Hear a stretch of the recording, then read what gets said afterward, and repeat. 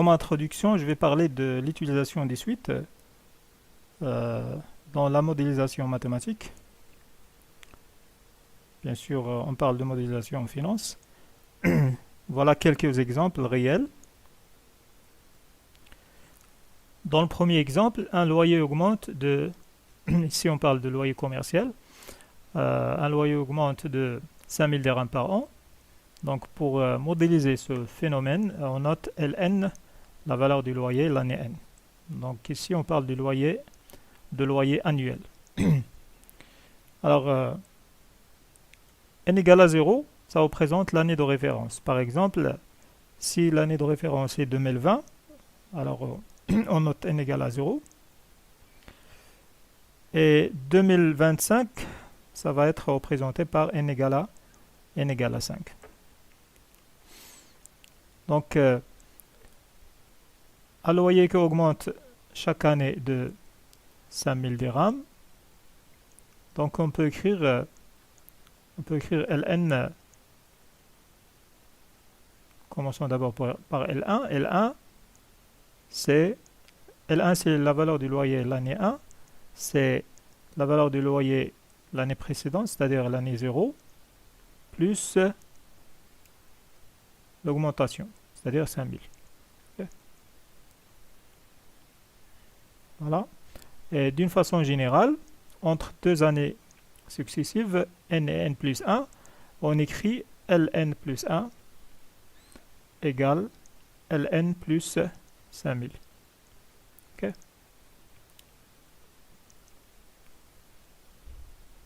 Deuxième exemple, on retire de son compte bancaire 4000 dirhams chaque mois. Donc, on parle du montant sur le compte. Donc, on peut noter Mn, le montant sur le compte. Okay. Donc, le mois prochain, c'est-à-dire M plus 1, on aura sur le compte le montant du mois précédent, okay, moins 4000. Voilà. Donc le mois M plus 1, le montant sur le compte, c'est le montant, le mois M, pardon, ici M, moins 4000. Okay, parce que chaque mois, on retire 4000 dirhams. Donc, voilà le modèle qui représente la situation. Pour le troisième exemple, une production augmente de 200 unités par jour. Donc, on note P indice J, la production journalière. Donc, P le jour suivant. Si on est le jour J, alors la production le jour suivant, c'est la production le jour J plus 200 unités. Okay. Et ces PJ représentent le nombre d'unités produites par jour. Alors les trois modèles représentent ce qu'on appelle suite arithmétique, qu'on va voir après. Suite arithmétique.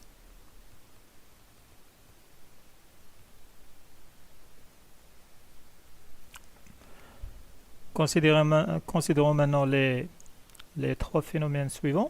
Une production baisse de 2% par mois.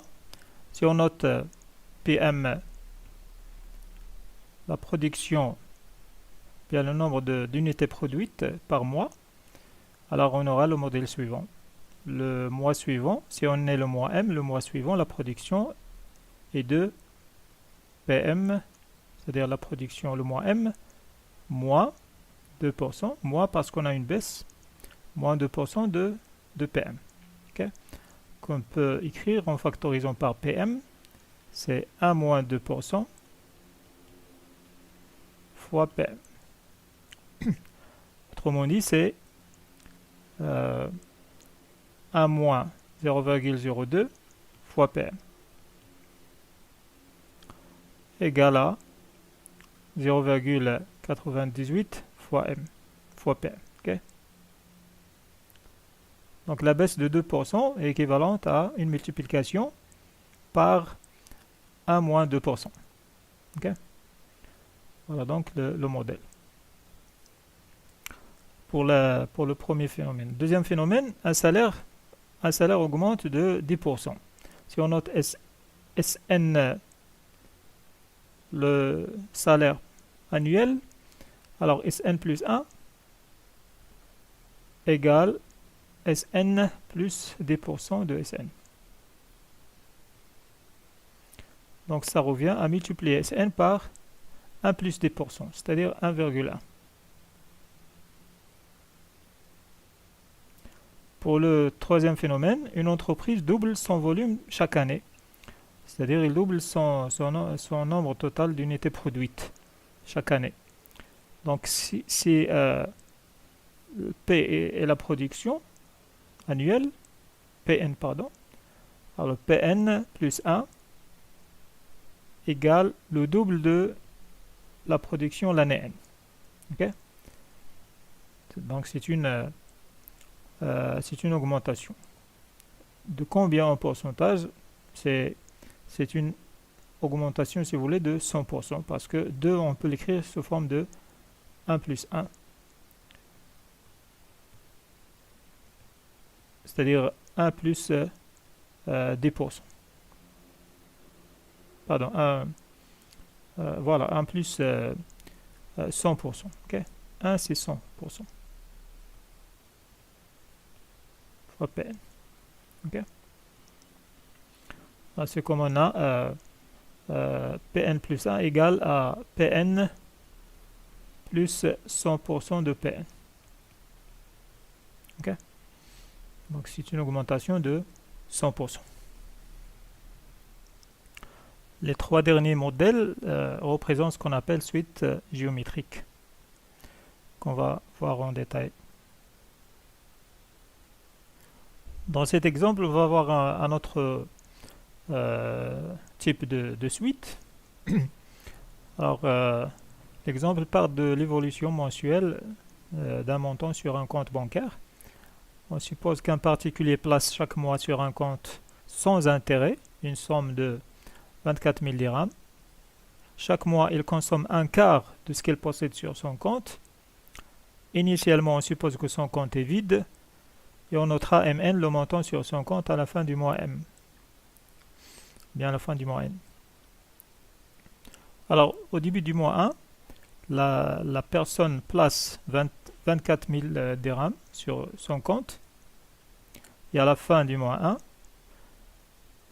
elle consomme ce qu'il possède sur son compte. C'est-à-dire le montant à la fin du mois 1 est égal à 24 000 dirhams placés au début du mois, moins la consommation, moins un quart de 24 000. Égale 18 000. Je rappelle que l'objectif ici, c'est de chercher le modèle mathématique qui décrit l'évolution mensuelle du montant sur le compte de la personne, et pas de faire les calculs. Okay? Voilà, donc pour le mois 2, la fin du mois 2, le montant sur le compte, c'est le montant M1 plus 24 000 dirhams placé le début du mois 1, moins la consommation. La consommation de ce qu'il possède sur son compte, c'est-à-dire moins un quart de M1 plus 24 000. Okay. Donc on peut écrire M2 sous forme de 1 moins 1 quart M1, c'est-à-dire 3 quarts M1, plus 24 000 moins 1 quatrième de 24 000, c'est-à-dire plus 18 000.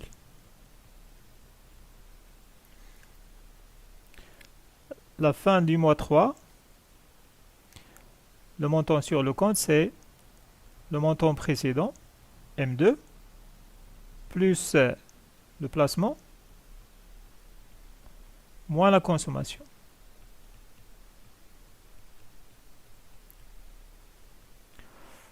Qu'on peut écrire 3 quarts M2, okay, plus 18 000. Et ainsi de suite. On peut aller jusqu'à écrire mn plus 1. Donc la formule se répète, égale 3 quarts mn plus 18 000. On trouve alors le modèle général, si vous voulez, mn plus 1 égale a fois mn plus b.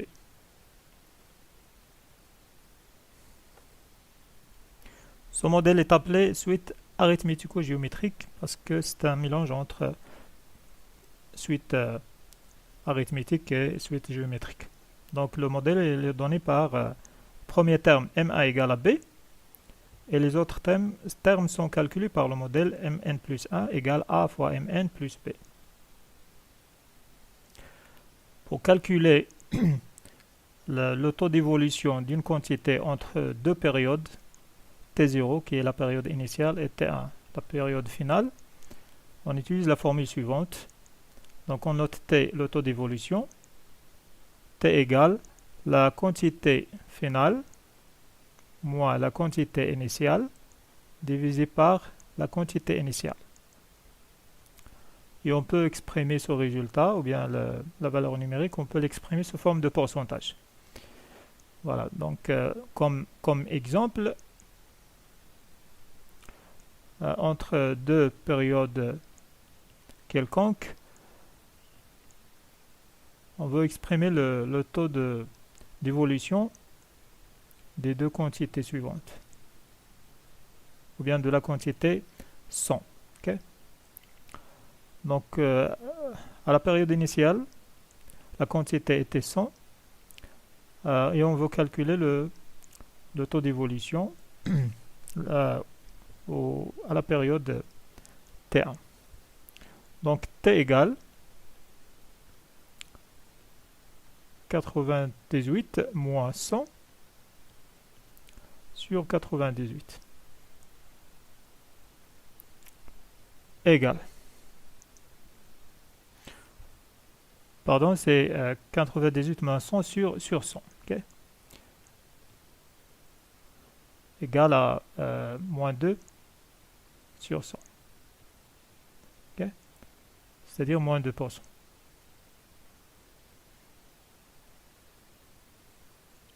Alors, T ici, le taux, il est négatif, c'est-à-dire on parle de baisse. C'est une baisse. Okay?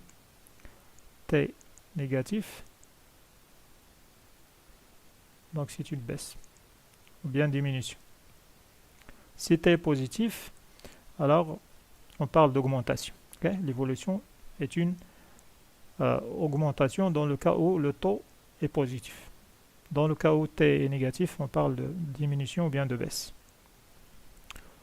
Alors, d'après la formule du taux d'évolution, on peut écrire aussi T fois Q0, okay? T fois Q0 égale Q1 moins Q0. Okay? Bien, on peut écrire la quantité finale égale à Q0, c'est-à-dire la quantité initiale, plus le taux d'évolution fois la quantité initiale. Voilà donc la nouvelle formule qu'on peut utiliser lorsqu'on connaît le taux d'évolution. Okay? Si le taux d'évolution est connu entre deux périodes, alors on peut calculer la quantité finale par cette formule. Mais attention au signe du taux d'évolution. On peut factoriser par Q0, donc on peut utiliser cette équivalence. Évolution de T, c'est équivalent à une multiplication par 1 plus T, tout simplement. Okay? Donc l'évolution de rapport T de la quantité Q0, c'est équivalente à multiplier T, Q0 par 1 plus T, c'est-à-dire 1 plus le taux d'évolution.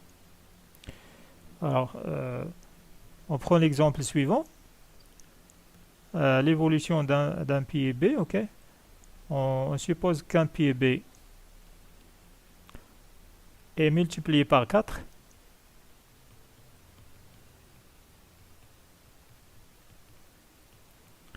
alors combien le taux d'évolution?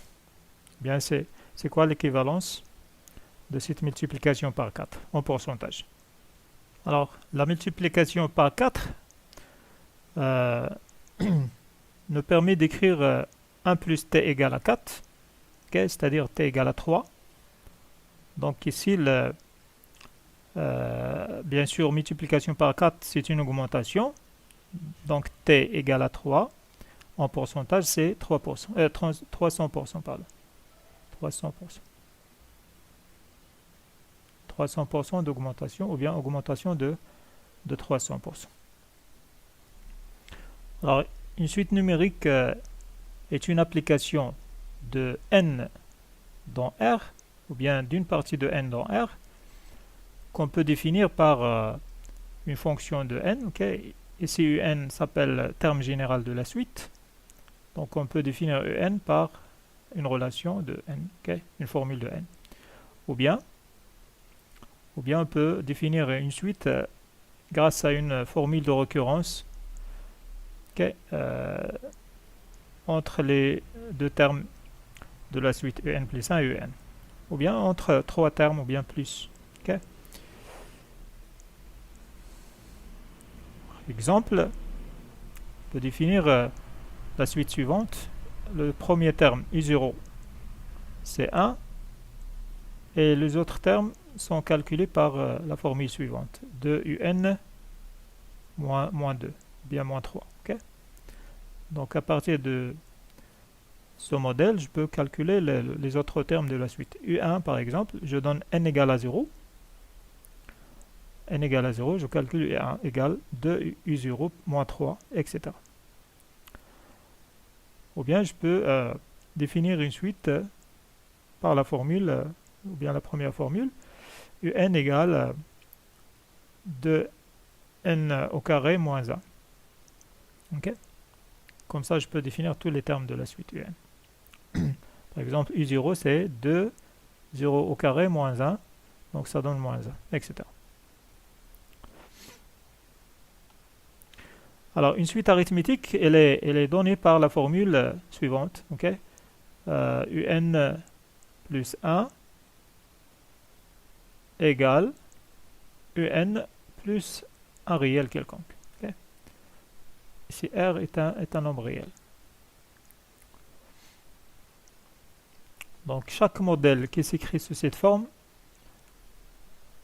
s'appelle suite arithmétique. Okay. Alors, ici, R, ou bien le réel R s'appelle raison de la suite. La raison de la suite UN.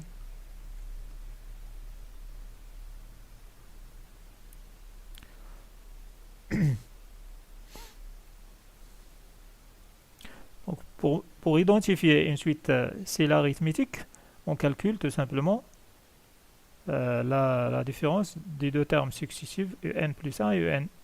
Si on trouve un réel, R quelconque, alors la suite elle est arithmétique.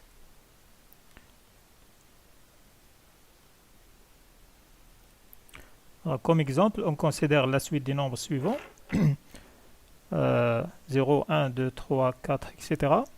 Donc si on note UN égale à n, ok. Comme ça, quel que soit n supérieur ou égal à 0, comme ça U0 c'est 0, U1 c'est 1, U2 c'est 2, etc. Donc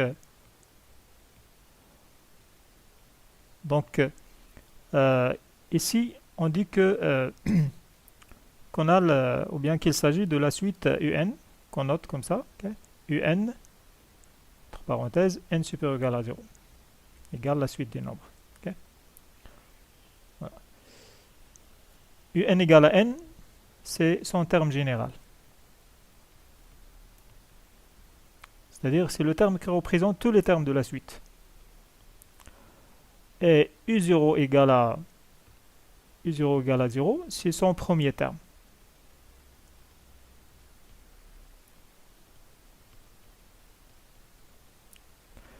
Et on remarque aussi que un plus 1 moins un, la différence entre deux termes successifs de la suite est égale à toujours 1. C'est-à-dire qu'il s'agit d'une suite arithmétique de raison 1. Pour une suite arithmétique, on peut exprimer tous ces termes en fonction de son premier terme U0 et de sa raison R. Par exemple, U1 c'est U0 plus R, U2 c'est U1 plus R, je remplace U1, ça donne U0 plus 2R, et ainsi de suite. U3, ça donne U0 plus 3R, etc. Donc, je continue jusqu'à UN, le terme général de la suite, ça va être égal à U0 plus NR. Donc, si vous voulez, c'est la formule qui donne UN en fonction de U0, son premier terme, et de sa raison. Okay? Plus généralement, on écrit UN égale à UK plus N moins K fois R. Okay?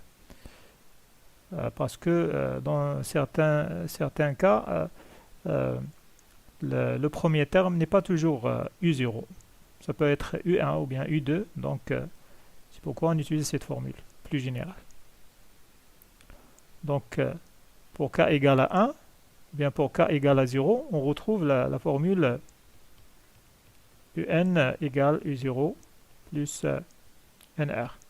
Pour k égale à 1, par exemple, UN c'est U1 plus N-1, U-1R. En pratique, on s'intéresse au calcul de la somme des termes d'une suite arithmétique, par exemple U0 plus U1 plus U2 jusqu'à UN. Okay? Donc on va chercher la formule générale pour ce calcul. Prenons S égale à U1 plus U2 plus U3 plus U4, la somme des termes d'une suite arithmétique. On sait bien qu'une suite arithmétique, elle vérifie la relation UN, okay? UN égale ou bien UN plus 1 égale UN plus R, plus la raison. Okay? Alors, on écrit 2 fois S égale 2 fois U1 plus U2 plus U3 plus U4, et on sépare l'addition. U1 plus U4 plus U2 plus U3 plus U2 plus U3 plus U1 plus U4. Donc, on écrit, alors, U1 plus U4 plus U2 plus U3, U2, je peux la remplacer par U1 plus la raison. Donc, U1 plus la raison. U1 plus R. R plus U3, ou bien U3, si on lui ajoute la raison R, ça donne U4, le terme suivant. Voilà. Plus, même chose, ici, si je remplace U1 par U2 par U1 plus R, ça donne U1 plus R, et R plus U3, ça donne U4.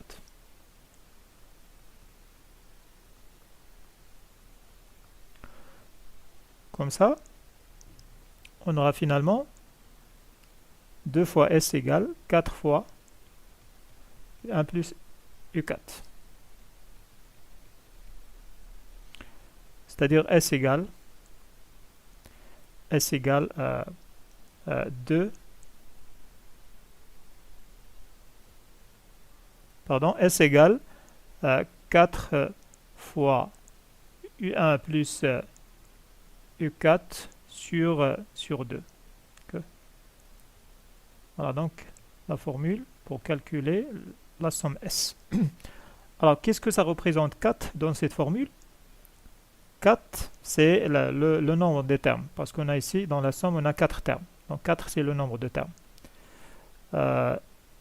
U1, c'est le premier terme.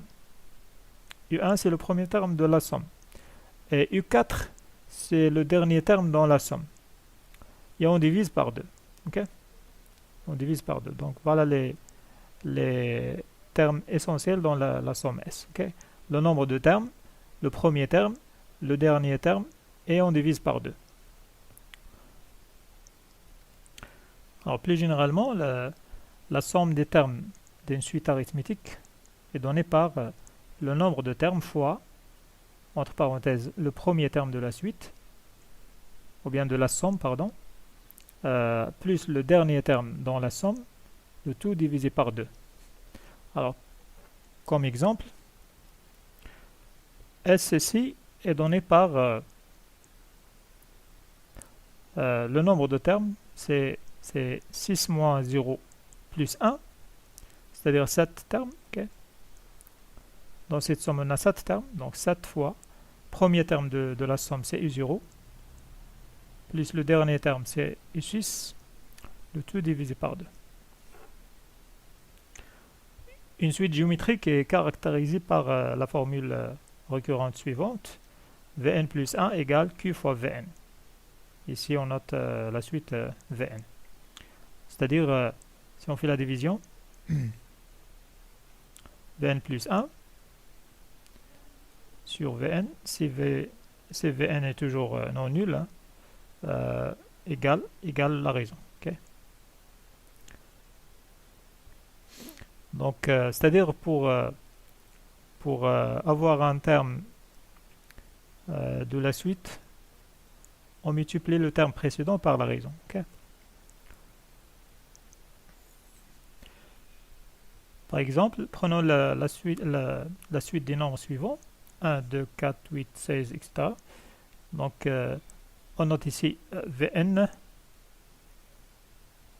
égale à, si vous voulez, 2 à la puissance n. Okay. Pour n supérieur ou égal à 0.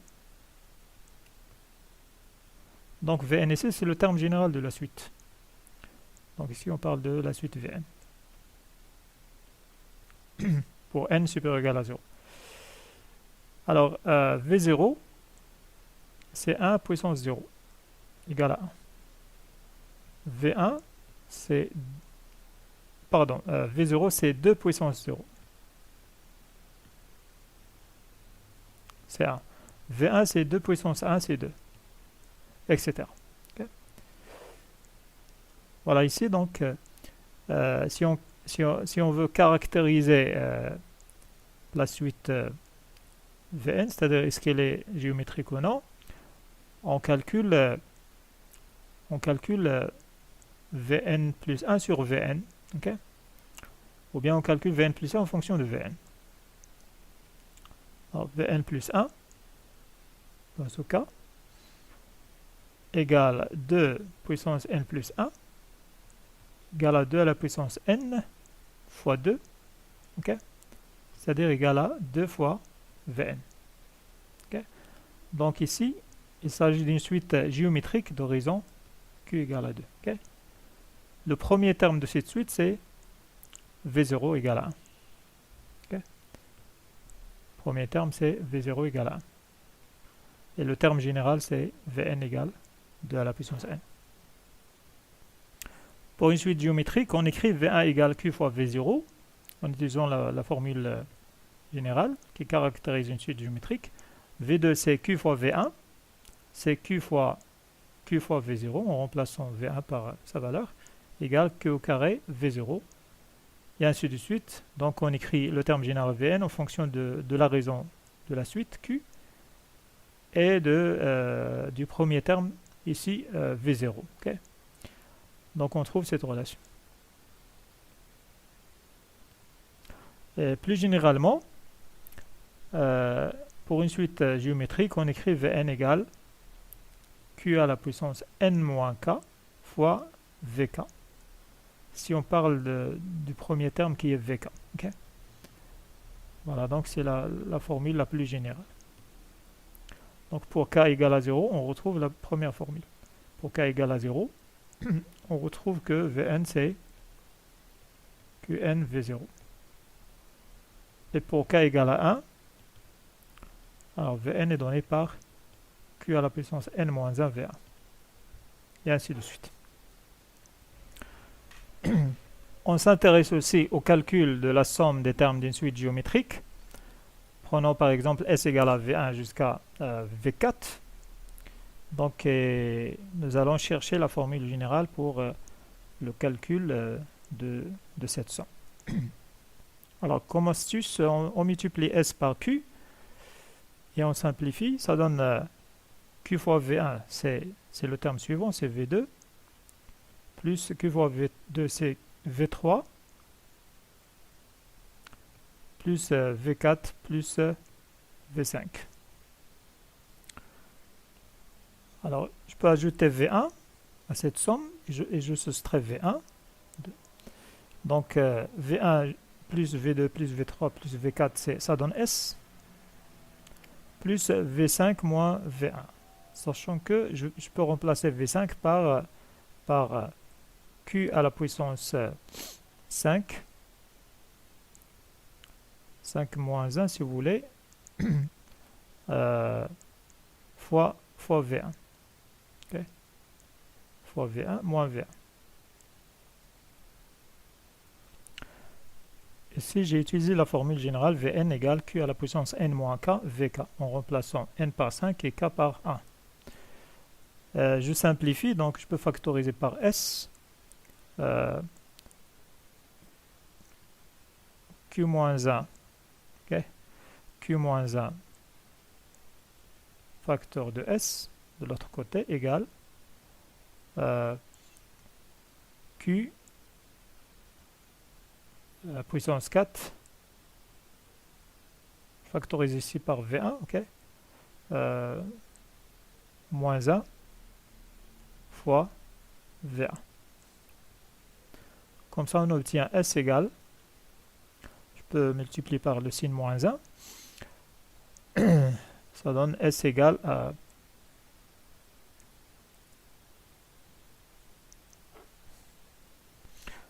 bien je laisse comme ça, S égale à Q à la puissance 4 moins 1 sur Q moins 1, le tout multiplié par V1.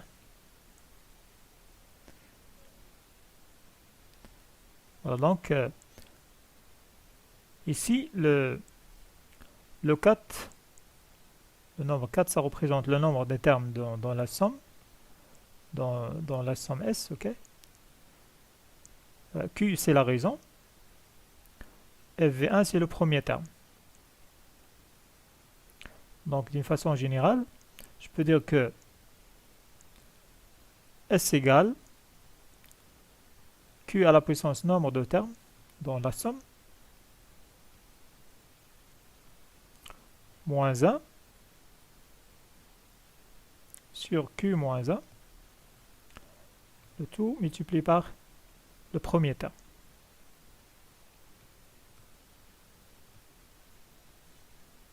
Voilà. Premier terme dans la somme S. Okay. Voilà donc la formule générale. Pour S égale à V0 plus V1 jusqu'à Vn, on écrit S égale, d'après la formule précédente, Q à la puissance nombre de termes. Le nombre de termes ici c'est n plus 1, moins 1 sur Q moins 1 fois le premier terme. Le premier terme ici c'est V0. Okay. Voilà. Alors, exemple.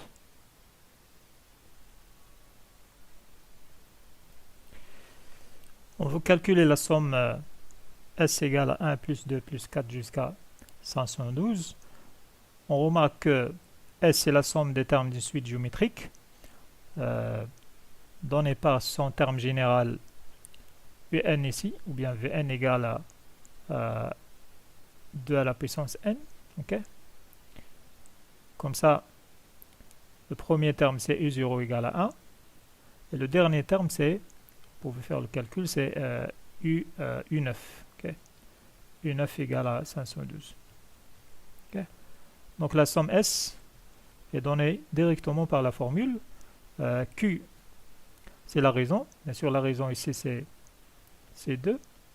Okay. Donc c'est Q puissance nombre de termes dans la suite, ou bien dans la somme. Okay. Alors S ici, c'est U0 plus U1 jusqu'à jusqu'à U9. Donc le nombre de termes, c'est 10. Okay? On a 10 termes dans la somme. Moins 1 fois le premier terme, c'est U0, divisé par la raison moins 1. Et on remplace.